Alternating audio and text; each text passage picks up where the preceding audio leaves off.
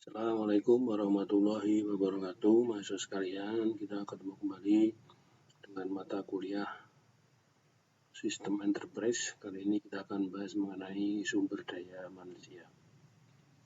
Mahasiswa sekalian, sumber daya manusia atau tenaga kerja ini merupakan suatu aset penentu dalam sebuah kesuksesan perusahaan. Tanpa ditangani secara tepat, maka aset ini akan dapat berubah menjadi faktor yang dapat mengganggu proses dan kinerja perusahaan dalam mencapai tujuan.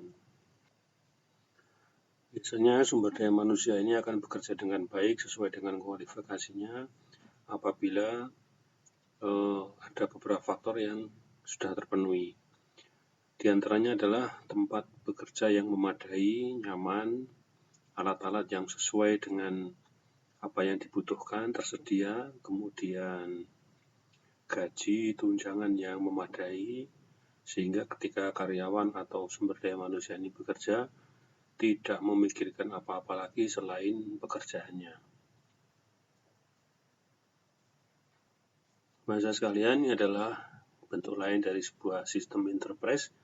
Yang akan kita bahas nanti adalah di sini, Human Resource Management.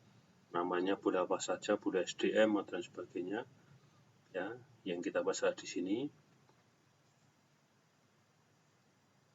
Modul sumber daya manusia diperlukan untuk melakukan konsep pengaturan personel, mulai dari pengaturan data karyawan. Jadi di sini ada database, Human Resource Management-nya digunakan untuk pengaturan data karyawan, data-data yang berhubungan dengan karyawan, ketika dia bekerja, ketika dia datang absensi, ketika mencatatkan riwayat prestasi, dia mempunyai prestasi apa saja, ya terutama dalam hubungannya dengan pekerjaannya, pengolahan data gaji, kasbon, penerimaan, dan sebagainya, perencanaan rekrutmen, berapa tahun sekali perusahaan menerima karyawan atau dalam keadaan apa perusahaan itu menerima karyawan, mutasi kerja, naik pangkat, turun pangkat, pensiun, dipecat, dan sebagainya. Pemberhentian kerja, bisa pensiun, bisa diberhentikan karena sesuatu hal, pengolahan data pajak, penghasilan, dan sebagainya. Ini harus bisa tercover dalam modul sumber daya manusia suatu sistem enterprise. Ya, pengolahan sistemnya di sini, nanti datanya ngambil dari central database. Untuk modul sistem yang lebih lengkap, modul SDM sering diintegrasikan modul Knowledge Management System dalam hal mengoptimalkan pengalaman dan kemampuan kerja karyawan. Ya, ini bisa diintegrasikan, bisa tidak, terserah nanti yang merancang sistem enterprise itu bagaimana. Cuma ketika ini diintegrasikan, maka dalam pengambilan database di sini akan lebih mudah dan sebenarnya lebih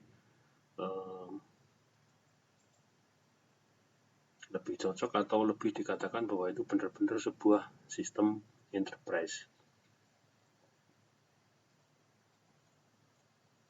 Submodul dalam modul SDM, jadi dalam sumber daya manusia ini ada modulnya, submodulnya apa saja? Personal management, organizational management, payroll accounting, time management, dan personal development. Apa saja itu? Mari kita bahas bersama. Personal management, nama saja personel, berarti di sini adalah memanage, mengatur, mengolah dari data-data personel, meliputi data-data kepegawaian. Misalnya master data karyawan. Master data itu adalah data yang relatif lebih lama berubah atau tidak bisa berubah. Tanggal lahir, nama, alamat, dan sebagainya yang jarang sekali berubah atau malah tidak berubah. Administrasi karyawan, pengadministrasian karyawan namanya siapa saja, bagian apa saja, jumlahnya berapa, dan sebagainya. Administrasi penggajian, siapa digaji berapa, tunjangannya berapa, potongannya berapa, dan sebagainya. Penerimaan karyawan baru, menerima berapa jumlahnya, di bagian apa saja, spesifikasinya apa, ijazahnya apa, dan sebagainya. Kemudian perjalanan dinas kemana, siapa yang dikirim, ya, apakah manajer, apakah pegawai biasa yang dikirim, kemudian pensiun umur berapa, pesangonnya berapa, dan sebagainya. Organisasional manajemen meliputi struktur organisasi dalam perusahaan itu, struktur organisasinya seperti apa, ya, bosnya ada berapa, sekretaris berapa, wakilnya berapa, ya, itu nanti kan terkait dengan keuangan juga. Alokasi karyawan di bagian keuangan atau di bagian tertentu mendapat alokasi jumlah karyawan berapa dengan spesifikasinya seperti apa, lulusan apa, dan sebagainya. Deskripsi pekerjaannya apa, dan spesifikasinya apa, ngapain dia ditempatkan di situ. Skenario perencanaan. Dalam sebuah perusahaan pasti ada perencanaannya, ya, digunakan untuk merencanakan sesuatu.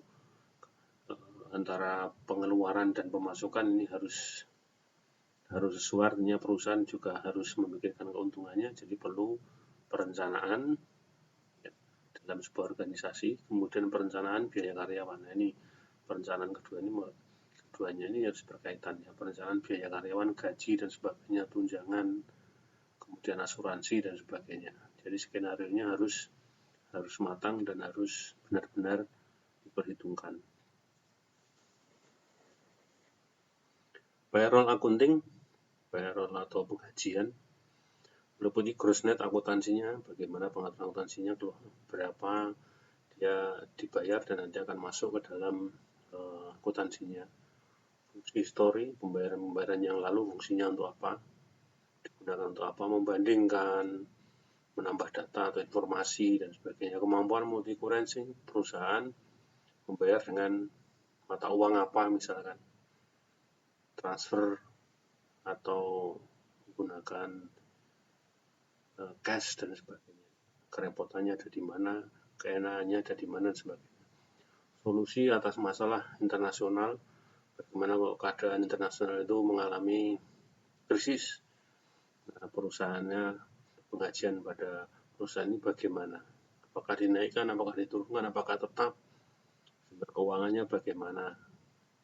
Nah, ini ada dalam modul-modul Human Resource Management. Time management, manajemen waktu pada perusahaan itu, bagian apa saja yang bisa kerja shift dan tidak, ya, diputuskan satpam, jaga malam, menjaga mesin, bagian produksi shift, apakah 24 jam harus terus-menerus, tidak boleh ada yang berhenti, ya.